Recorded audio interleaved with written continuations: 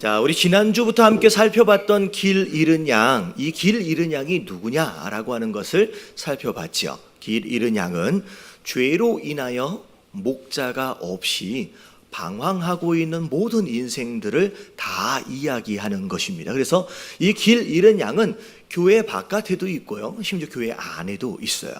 어떻게 보면 한 세 가지로 좀 생각해 볼 수 있을 것 같은데, 교회 바깥으로 생각을 해보면요, 아직 목자를 만난 적이 없어요.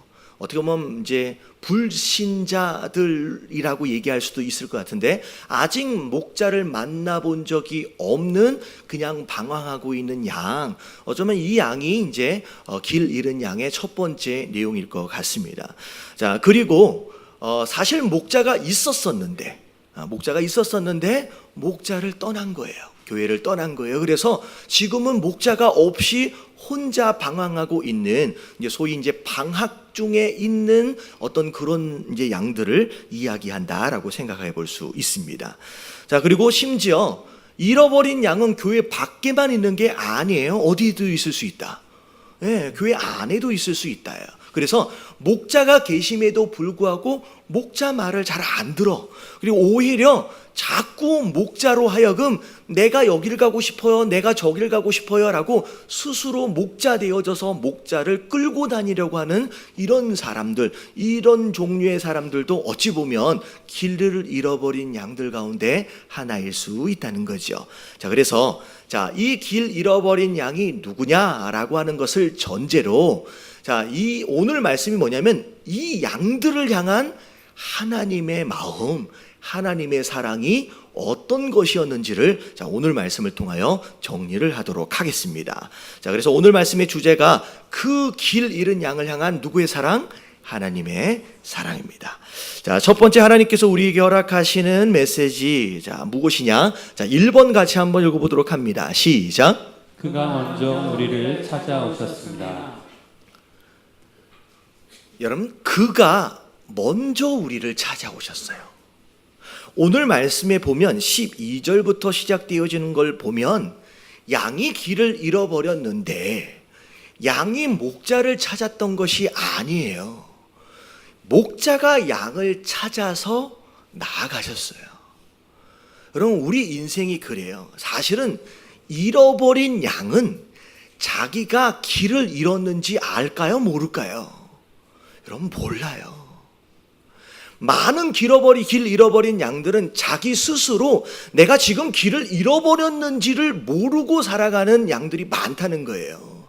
여러분, 제가 엊그저께 이마트를 갔는데 우리 큰 아이가 이제 14살이고 작은 아이가 4살이에요. 10년 터울인데, 근데 이마트 1층에 그 푸드코트가 있잖아요. 이렇게 밥을 먹으려고 이게 하는데, 밥을 먹다가 이 둘째, 이 4살짜리 아이가, 이게 브랜든인데, 얘가 밥 다 먹었다고 자꾸 돌아다닌다고 내려달라는 거예요. 그래서 억지로 해가지고 그래 내려줄게 라고 해서 내려줬는데, 와, 애들은 눈 깜짝할 사이에 사라져.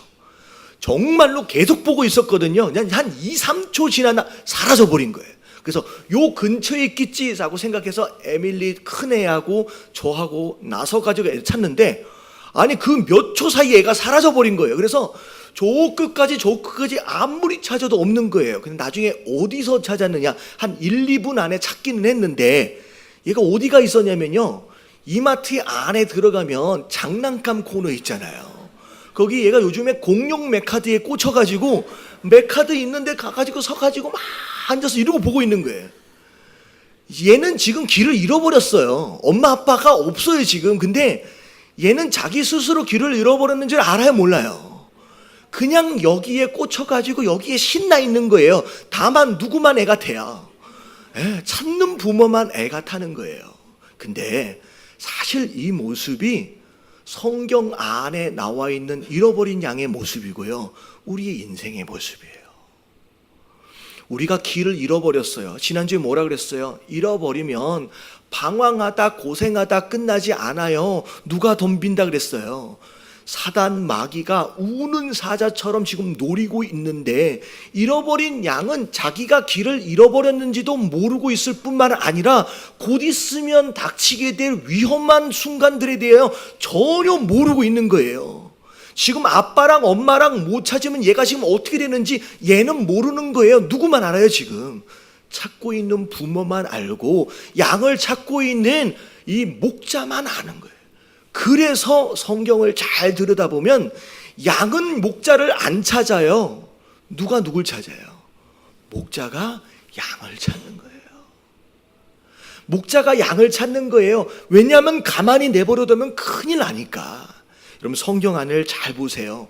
여러분 아담과 하와가 따먹지 말라 하셨던 그 선악과를 따먹어 버렸어요. 여러분 따먹은 이 아담과 하와가 자기가 잘못했는 줄 알고 하나님 잘못했습니다라고 하나님께 나아가지 않았어요. 그냥 그들은 뭐하고 있었어요? 그냥 숨어 있었어요. 이들을 향하여서 이들을 살리시기 위해서 하나님이 이들을 찾아가십니다. 여러분 이게 은혜예요. 그리고 여러분 가인이 아벨을 죽이고 나서 잘못했음에도 불구하고 회개하지 않았어요. 가인을 먼저 하나님이 찾아가셨고요. 노아를 하나님이 먼저 찾아가셨고요. 아브라함을 하나님이 먼저 찾아가셨고요. 여러분 모세를 하나님이 찾아가셨어요. 심지어 신약 시대에 와서 여러분 제자들이 예수님 제가 예수님의 제자가 되고 싶습니다라고 찾아간 적이 없어요. 오히려 예수님이 네가 내 제자가 되지 않겠느냐라고 찾아가셨어요. 여러분 우리 인생이 스스로 우리에게는 하나님이 필요합니다라고 우리가 하나님께 부르짖은 적이 없어요. 그냥 하나님이 예수님을 이 땅에 보내주신 줄로 믿습니다. 여러분 이게 성경에 나와 있는 내용들이에요. 잃어버린 양이 우리가 하나님을 찾은 게 아니라 하나님이 우리를 찾아오셨다는 거예요. 왜 그러셨을까요? 왜 찾아오셨어요? 여러분 사랑하기 때문이에요. 여러분 찾아오신 것 자체가 우리를 얼마나 사랑하셨느냐라고 하는 것에 대한 증거예요.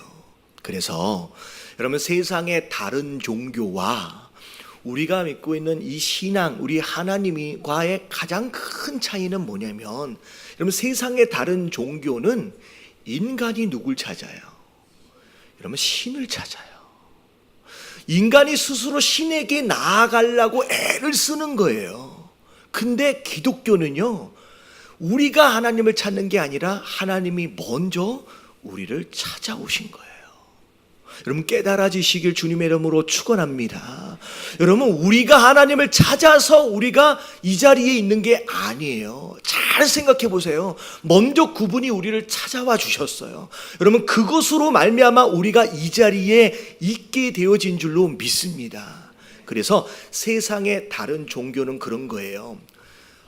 마치 주종 관계처럼 그들의 신을 향한 두려움에 그냥 복종하고 있는 종교들. 그리고 어떤 종교는 그냥 기복적인 어떤 그런 패턴 안에서 그냥 내가 바친 것만큼 유익을 얻는 것. 여러분 이게 세상 종교의 가장 기본적인 패턴이에요. 근데 여러분 기독교 안에서는 이 두 가지 패턴이 없어요. 우리가 하나님을 두려워해서 우리가 뭐 예배 때 안 나오면 뭐 천벌을 받을까 봐서 그래서 나오신 분 혹시 계세요? 여러분 이건 신앙이 아니에요. 괜히 예배를 안 나오면 깨름직해가지고 혹시나 뭐가 일이 안 풀릴 것처럼, 여러분 그런 개념에서의 신앙은 신앙이 아니에요. 여러분 이건 종교 생활이에요. 우리가 하나님께 바친 것만큼 어떤 유익을 얻는다, 여러분 이런 개념은 우리 기독교 안에는 없어요. 여러분 그게 아니에요. 여러분 우리의 신앙은 하나님이 우리를 찾아오심으로, 정말로 사랑하시기 때문에 찾아오심으로 우리의 신앙이 시작되어진 거다라고 하는 거, 여러분 이 첫 번째 단추를 제대로 꿰시길 주님의 이름으로 축원합니다. 그래서 요한 1서 4장 9절부터 10절까지 말씀을 보면 자 뭐라고 시작하냐면 하나님의 사랑이라고 시작해요. 한번 읽어볼게요. 9절 시작. 하나님의 사랑이 우리에게 이렇게 나타난 바 되었으니 하나님이 자기의 독생자를 세상에 보내심은 그로 말미암아 우리를 살리려 하심이라. 그분이 우리에게 예수 그리스도를 보내신 이유가 우리를 통하여 무엇인가를 얻으려 하시는 게 아니었어요. 다만 우리를 살리시기 위해서 우리에게 먼저 찾아와 주셨다라는 거예요. 그러면서 10절 다 같이 시작. 사랑은 여기 있으니 우리가 하나님을 사랑한 것이 아니요 하나님이 우리를 사랑하사 우리 죄를 속하기 위하여 화목제물로 그 아들을 보내셨습니다. 자, 그래서 사랑이 바로 여기에 있다. 하나님이 먼저 우리 인생을 향하여 찾아오신 바로 그것이 사랑이고 그것이 복음이다라고 하는 거. 여러분, 이게 우리가 믿는 하나님, 우리가 함께하고 있는 신앙의 모습이다라고 하는 거 여러분 깨달아지시길 주님의 이름으로 축원합니다. 그래서 여러분, 신앙이라고 하는 거에 뭐냐? 그저 하나님이 누군지, 예수님이 누군지에 대하여 지식적으로 어느 정도를 동의하는 것, 여러분 이게 신앙이 아니라 뭐가 신앙이냐? 사랑하는 마음에 먼저 찾아오신 그분을 내 안에 뭐 하는 거예요? 영접하는 거. 여러분 이게 신앙이에요. 그래서 우리 예담교회에서 가장 많이 살펴보고 있는 말씀 가운데 하나가 뭐냐면 요한복음 1장 12절 말씀인데 오늘은 11절서부터 한번 읽어볼게요. 다 같이 시작. 자기 땅에 오매 자기 백성이 영접하지 아니하였으니. 자, 예수님이 하나님이 이 땅에 오셨어요. 구하시기 위해서, 살리시기 위해서 이 땅에 오셨어요. 근데 이 땅에는 많은 사람들이 그분을 영접하지 않았어요. 거부했어요. 거절했어요. 근데 하나님 뭐라고 말씀하시냐? 이 믿음이라고 하는 게 뭐냐? 그 수많은 사람, 거절하는 수많은 사람들 가운데에서 12절 시작. 영접하는 자 곧 그 이름을 믿는 자들에게는 하나님의 자녀가 되는 권세를 주셨으니. 자, 뭐 하는 거예요? 그 수많은 자들 안에서 그 예수님을 내 주님으로 영접하는 거, 여러분 이게 믿음이다라고 하는 거, 여러분 그 믿음을 바로 가지실 수 있는 저와 여러분들 되시길 주님의 이름으로 축원합니다. 그래서 오늘 말씀의 첫 번째 내용은 하나님이 우리를 사랑하셨어요. 그래서 우리가 먼저 그분을 찾기 전에 그분이 우리를 찾아오셨다라고 하는 거, 여러분 믿으시길 주님의 이름으로 축원합니다.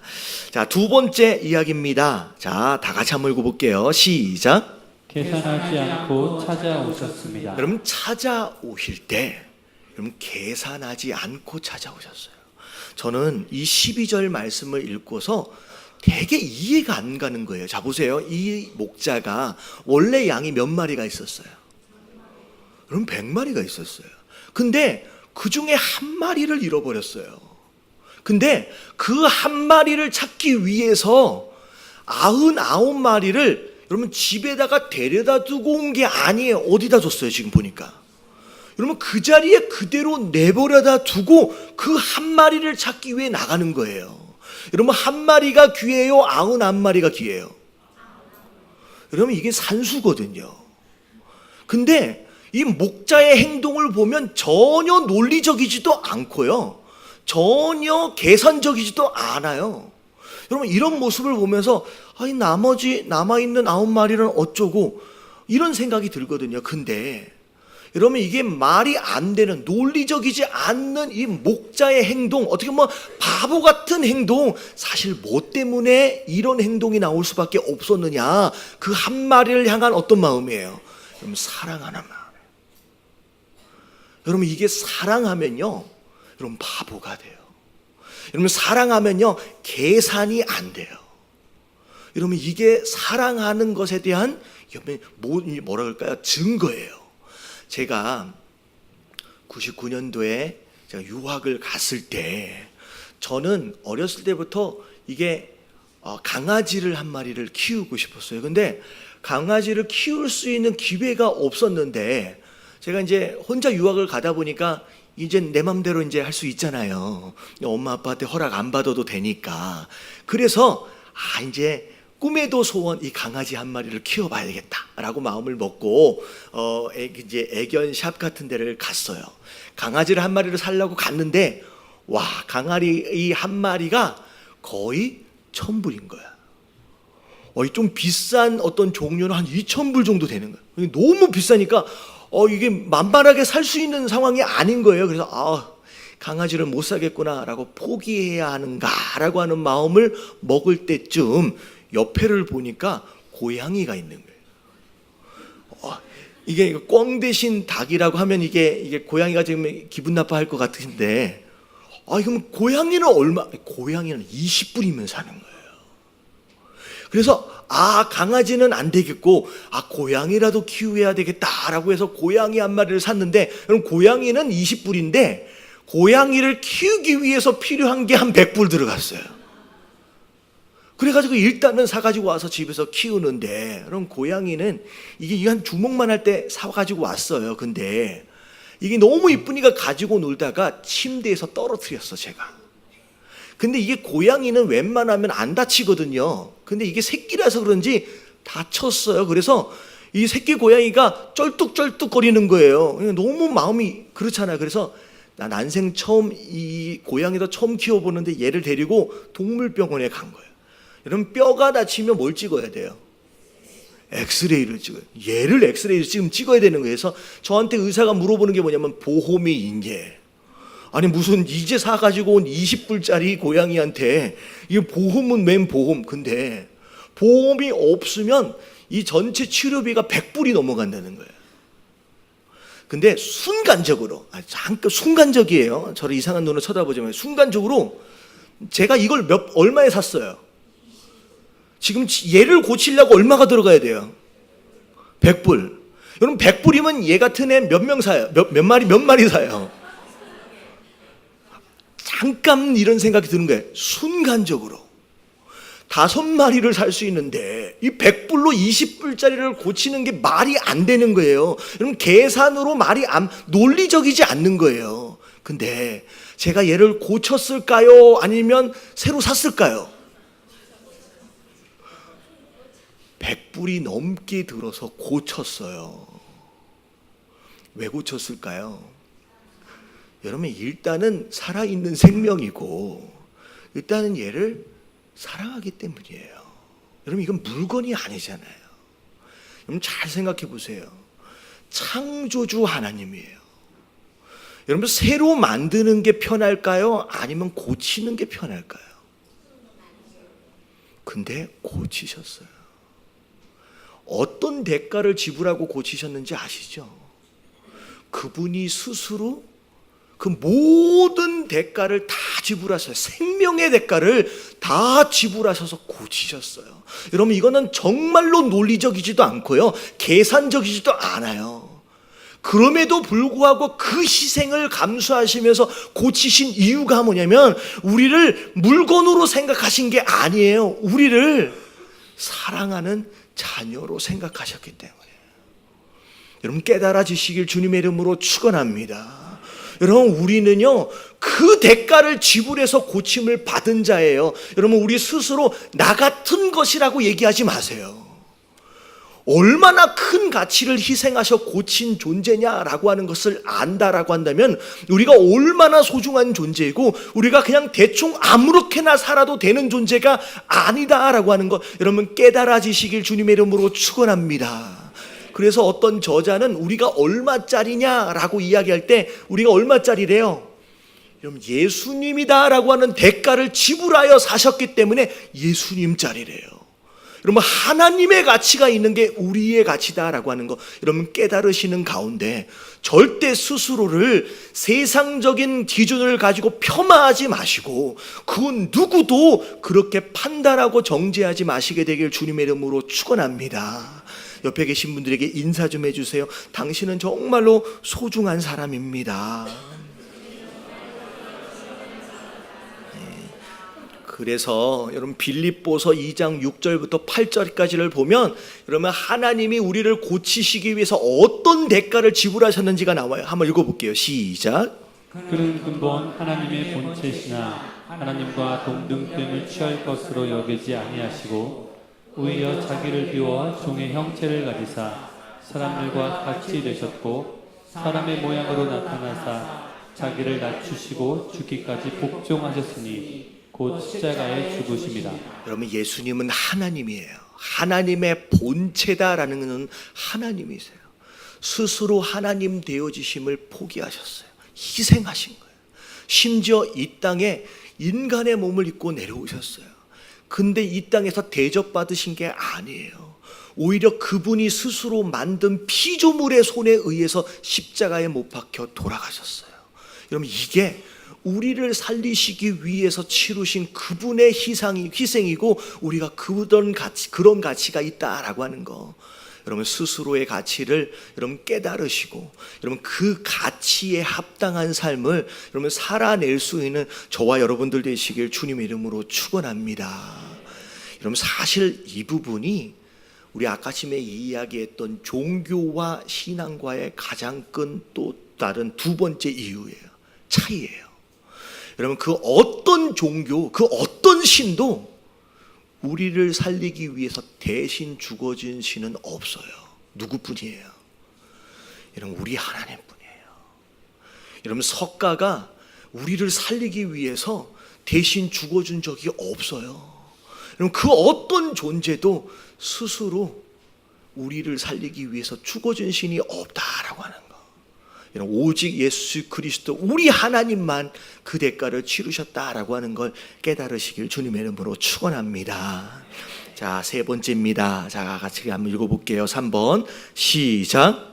우리의 존재 자체를 기뻐하십니다. 자, 이 목자가 양을 찾았어요. 양을 찾았을 때 이 왜 도망갔느냐, 왜 길을 잃었느냐 막 꾸중하는 대목이 없어요. 그냥 이 양을 찾은 것만으로도 너무 행복해하는 모습을 봅니다.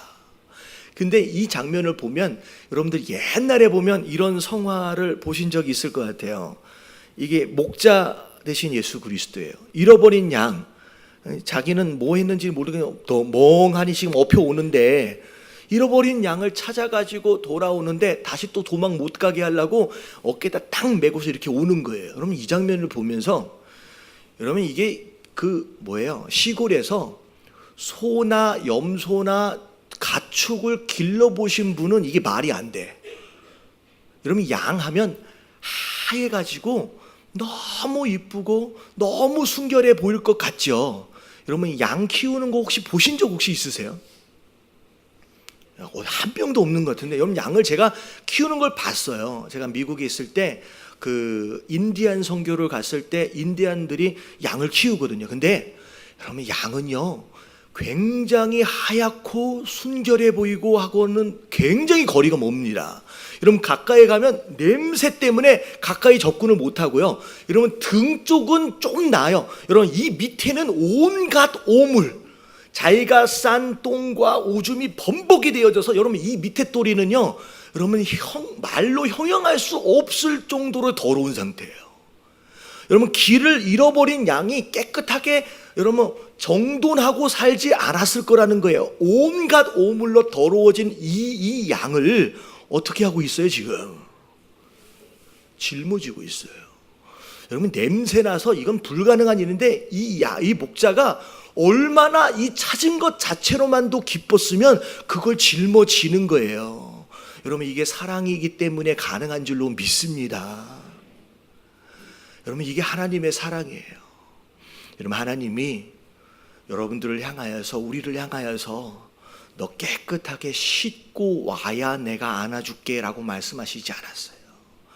그냥 목자 대신 우리 하나님은요, 우리 예수님은요 그냥 뭐만 기대해요? 찾아지기만을 기대하는 거예요. 그냥 오기만 하면 내가 다 알아주겠다, 네가 더럽더라도 내가 다 품어주겠다라고 말씀하시는 거예요. 이런 교회 다니시는 많은 분들, 심지어 교회를 안 다니시는 분들 이런 얘기를 해요. 목사님, 제가 지은 죄가 많아서 아직은 교회에다 갈 수 있는 상태가 아니래요. 목사님, 제가 조금 삶을 좀 정돈을 하고 그리고 난 다음에 교회를 갈게요 라고 말씀하시는 분이 종종 계세요. 심지어 교회에서 뭘 하자 그러면 목사님, 저는 아직도 아무것도 모르고요, 저는 아직 준비가 안 됐어요. 이러면 하나님이요, 네가 준비되어지면 내가 알아줄게 라고 말씀하신 적이 없어요. 그냥 하나님은 오기만 하면 내가 안아줄게 라고 말씀하시는 분이다라고 하는 거. 그러면 병원에 갈 때 그러면 병이 걸린 상태로 가는 거예요? 아니면 병을 낫고 가야 되는 거예요? 교회는 바로 그런 곳이에요. 여러분, 아픈 부분이 있고 더러운 부분이 있으면 그것 때문에 나오는 거예요. 여러분, 정돈되어지고 깨끗해진 다음에 나중에 준비된 다음에 나오는 것이 아니라 여러분, 지금 있는 모습으로 나아가실 수 있는 저와 여러분들 되시길 주님의 이름으로 축원합니다. 그래서 하나님은 우리가 어떤 상태이기 때문에 기뻐하시는 게 아니라 그냥 우리의 존재 자체에 기뻐하시는 거예요. 그래서 어떤 딸이 아빠한테 그런 질문을 했대요. 아빠가 딸한테 그런 질문을 했대요. 아빠가 널 사랑하는 줄 아니? 이 딸이 안다는 거야. 내가 너를 왜 사랑할까? 라고 물어봤더니 딸이 뭐라 그랬을 것 같아요? 딸이 공부를 잘해서도 아니에요. 여러분, 딸이 순종을 잘해서도 아니에요. 그냥 딸이 하는 얘기가 정답이에요. 뭐라고 얘기했을 것 같아요? 아빠 딸이잖아. 여러분, 이게 결론이에요.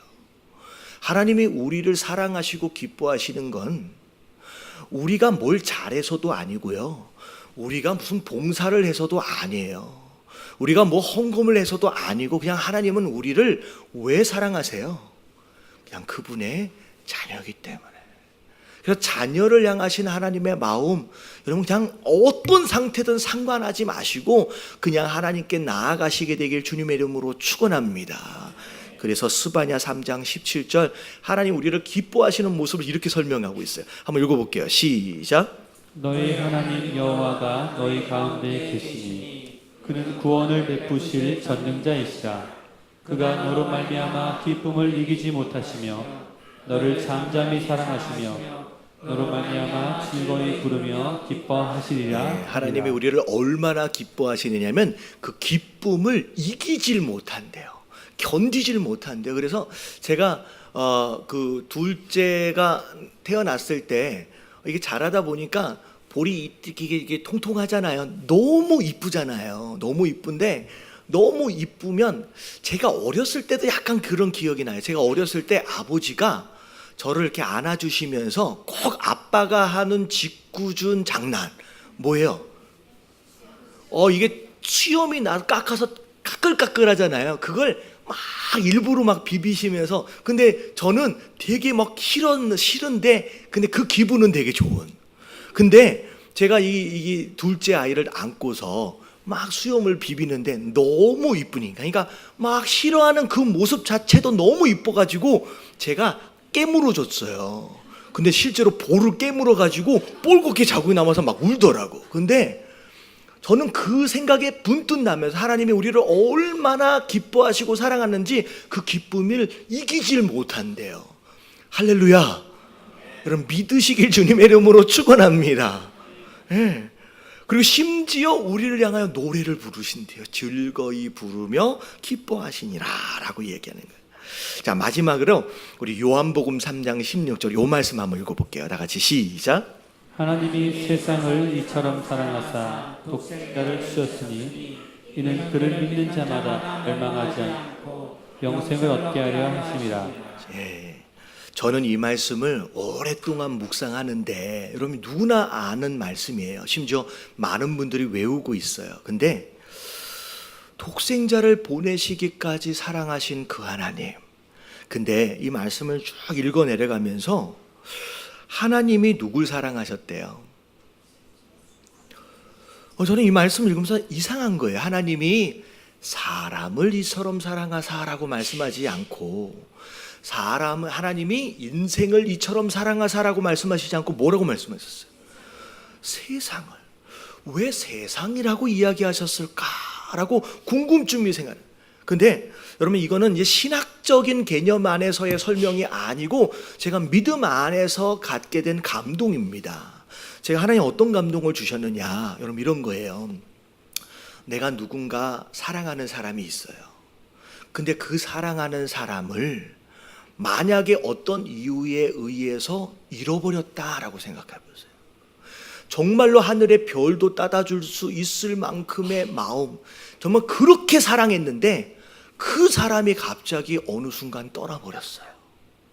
그랬을 때 그러면 그 사람 외에 나머지 모든 관계들, 나머지 모든 것들은 아직 원래 자리에 그대로 있음에도 불구하고 나는 무엇을 느끼느냐? 마치 뭘 잃어버린 것처럼?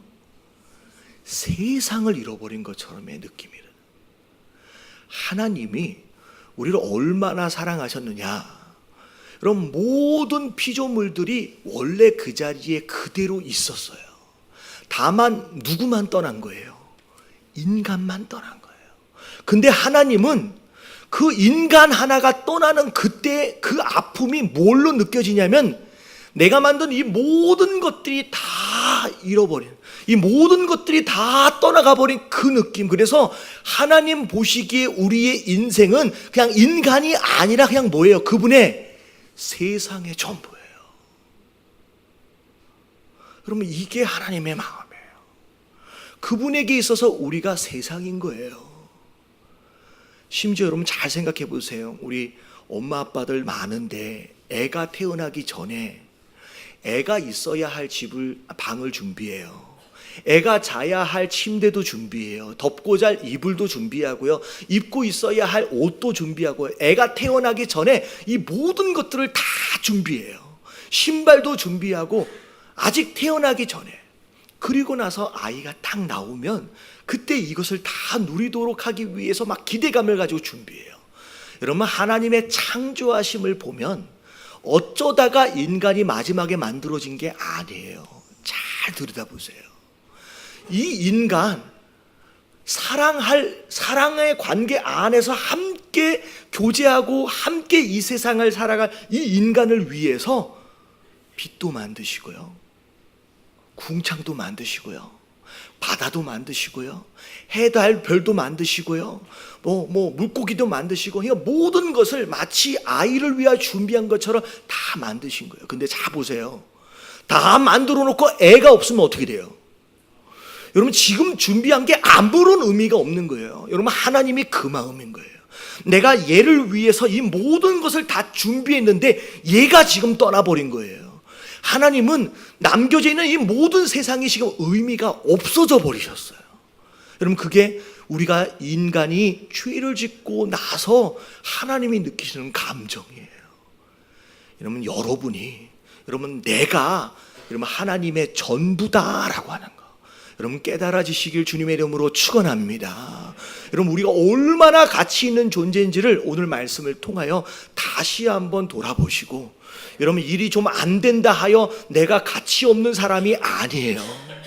뭐가 좀 안 풀린다 하여서 내가 잘못된 게 아니에요. 여러분 내가 어떤 상황이든 내가 어떤 모습으로 있든 상관이 없이 여러분 하나님은 여러분 우리를 사랑하시는 줄로 믿습니다. 여러분 옆에 계신 분들에게 인사 좀 해주세요. 하나님이 당신을 정말로 사랑하십니다. 저기 중간에 있는 에어컨을 좀 꺼주시면 좋을 것 같아요. 여기 지금 차가워서 좀 힘들어 하시는 분이 계세요. 여기 중간에 두 번째 있는 에어컨. 자, 꺼주시고요. 자, 마지막 네 번째입니다. 마지막 네 번째. 자, 다 같이 한번 읽어볼게요. 시작. 아버지와 마음을 가진 착한 자녀가 되자. 자, 잃어버린 양에 대한 설명을 오랫동안 했습니다. 근데 오늘 이 본문의 가장 중요한 결론이 뭔지가 오늘 여기서 나오는 거예요. 14절. 자, 다 같이 한번 읽어볼게요. 시작. 이와 같이 이 작은 자 중에 하나라도 잃는 것은 하늘에 계신 너희 아버지의 뜻이 아니니라. 네. 잃어버린 양 하나, 그 어떤 자가 되었든 정말 이것을 완전히 잃어버리는 것은 하나님의 마음이 아니라는 거예요. 아버지의 마음이 아니라. 다시 말하면 거꾸로 얘기하면 아버지는 어떻게 해서든 그 양들을 뭐 하시고 싶으신 거예요? 찾아오기 싶으신 거예요. 이 양들을 구하고 싶으신 거예요. 여러분 이게 하나님의 마음이다라고 하는 것을 우리로 하여금 깨달아라 라고 하는 게 결론인 거예요. 여러분, 이게 아버지의 마음이고, 이 아버지의 마음을 성도 되어진 우리가 함께 공유할 수 있어야 한다라고 하는 게 결론인 거예요. 자, 이게 무슨 의미인지를 제가 설명을 드릴게요. 이 복음서에 보면 탕자의 비유가 나와요. 여러분, 탕자의 비유에 보면 큰 아들이 있고 작은 아들이 있습니다. 큰 아들은 나름대로 말을 잘 듣는 아들인 것 같아요. 근데 작은 아들이 이상한 마음이 들어왔어요. 그래가지고 아버지를 찾아가서 뭘 달래요? 유산을 먼저 달라는 거예요. 아버지 아직 안 돌아가셨는데 유산 달라고 하는 이런 아들이 이게 말이 되는 상황입니까? 이게 못된 아들이에요.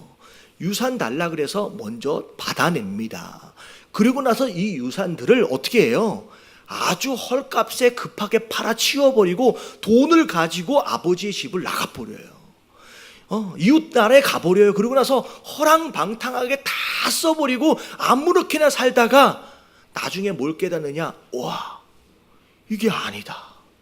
내가 행복할 줄 알고 왔는데 여러분, 이게 행복한 게 아니구나. 그래서 아버지 집으로 돌아가야 되겠다라고 마음을 먹고 아버지 집을 향하여 돌아옵니다. 그랬을 때 아버지가 이제 왜 왔냐? 내 재산 다 어디 있느냐? 꾸중하지 않아요. 그냥 그 아들을 그냥 기다리는 가운데 끌어안아요. 근데 끌어안는 가운데 아들이 뭐라 그래요? 이 체면이 있죠. 양심이 있죠. 내가 다 팔아서 없애버렸는데 하나님 아버지, 내가 이젠 아들이라고 불리움을 받는 걸 견딜 수 없다는 거예요. 이제는 뭘로 불러달라? 종으로라도 불러달라. 내가 종으로라도 이 아버지 집에서 살 수 있게끔 해달라. 그러니까 아버지가 하는 얘기가 뭐냐면, 그래 너 종이야, 이렇게 안 하세요. 무슨 얘기냐? 네가 내 아들이지 하면서 가락지를 끼워주고 옷도 다 갈아입혀주고 신발도 신겨주고 다 회복하시는 가운데 송아지 한 마리를 잡아요. 온 가족들과 더불어 온 식구들 다, 이웃들 다 더불어서 뭐 했어요? 잔치를 벌이면서 죽었던 아들이 돌아왔다라고 얘기를 하면서 막 잔치를 벌여요. 그때 밭에서 큰 아들이 뭐 하고 있었어요? 일하고 있었어요. 여러분, 이 장면만 봐도 이 큰아들은 열심히 아버지에게 순종하는 사람이에요. 교회 안에 있는 사람이에요. 근데 도대체 이게 무슨 소리냐? 이게 무슨 소리냐? 그러니까 종들이 뭐라 그래요? 둘째 아들이 당신의 아우가 돌아왔습니다. 그래서 지금 잔치가 벌어졌습니다 라고 얘기하는 거예요. 그랬을 때 이 큰 아들이 뭐라 그러냐? 화가 났어요. 그러면서 아버지를 찾아간 거예요. 그럼 뭐라 그래요? 아버지, 나는 아버지 집에 있었습니다. 그리고 나는 아버지에게 순종하는 아들이었어요. 나는 아버지에게 착한 아들이었어요. 근데 나를 위해서 내 친구들과 더불어 염소 새끼 한 마리도 잡아주지 않으셨는데 아버지 재산 다 팔아먹고서 허랑방탕하게 지냈던 이 동생을 돌아왔을 때 이렇게 잔치를 베푸는 게 말이 맞습니까? 라고 항변하는 내용이 나와요. 그랬을 때 이 아버지가 뭐라고 얘기하는지를 한번 보세요. 누가복음 15장 32절. 자, 다 같이 시작. 내 동생은 죽었다가 살아났으며 내가 잃었다가 얻었기로 우리가 즐거워하고 기뻐하는 것이 마땅하다 아니라. 우리가, 내가 아니라, 나만이 아니라 너도 함께 이것에 대하여, 돌아온 이 아우에 대하여 뭐 하는 게 당연하다? 같이 기뻐하는 게 맞는 것이 아니냐라고 이야기하는 거예요. 여러분, 이건 사실 돌아오고 나서의 문제가 아니에요. 여러분, 이 큰 아들의 상황을 보세요. 동생이 나갔어요. 그럼 아버지는요, 동생이 언제 올까라고 하는 것을 잠도 못 자고 기다리고 있는데 이 큰 아들은 그 마음이 아니에요. 아버지 집에 있고 아버지에게 순종하고 있으면서도 아버지와는 다른 마음인 거예요. 처음부터 다른 마음이었어요. 집을 나간 아우에 대해서 관심도 없었어요. 심지어 돌아오고 나니까 나한테 대접해주지 않았던 것에 불만을 품는 거예요. 여러분, 잃어버린 양에 대한 문제가 아니에요. 나는 잃어버린 양이 아니다. 나는 교회 안에 원래 있었고 나는 한 번도 방황한 적이 없었다. 여러분, 이들을 향하신 하나님의 마음이에요. 나는 잃어버린 양 때문에 이 양이 언제 돌아올지에 대해서 학수고대하면서 애를 태우고 있는데 너는 네 마음에 어떤 마음을 가지고 있느냐? 나와 더불어 함께 애태우는 마음을 가지고 있느냐? 아니면 그냥 너는 그냥 이 집에서 어떻게 하면 잘 먹고 어떻게 하면 잘 살지에 대한 고민들과 함께 그것에 매달려 있느냐라고 하는 것을 질문해 오시는 거예요. 여러분, 아버지와 같은 마음을 품을 줄 아는 게 여러분 착한 아들인 줄로 믿습니다. 그냥 집 안에 있는 거 그냥 하라고 한 대로 따라한 거 이것만이 아니라 아버지는 뭘 원하냐면 나와 같은 마음을 품을 수 있는 그런 착한 아들이, 그런 큰 아들이 되어줬으면 하는 것이 오늘 말씀의 결론이에요. 제가 설교 앞에 그 광고 때 가정예배 이야기 했잖아요. 여러분, 하나님은요, 여러분 우리 주변에 내 친구임에도, 내 가족임에도, 내 친척임에도 아직 목자가 없이 방황하고 있는 인생들이 있어요. 여러분, 하나님은 그 영혼이 어떻게 해서든 돌아왔으면 좋겠어요. 여러분, 이번 추석에 여러분 기회를 잡아보시길 주님의 이름으로 축원합니다. 여러분, 올해 안 되면요 내년에라도 또 잡아보세요. 또 잡아보세요. 여러분, 이게 아버지의 마음이에요.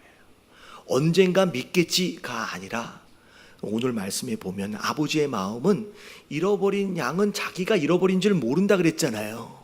찾아가는 것처럼 여러분들이 오늘 이번 주에 이거 들고서 여러분 가족들을 찾아가 보세요.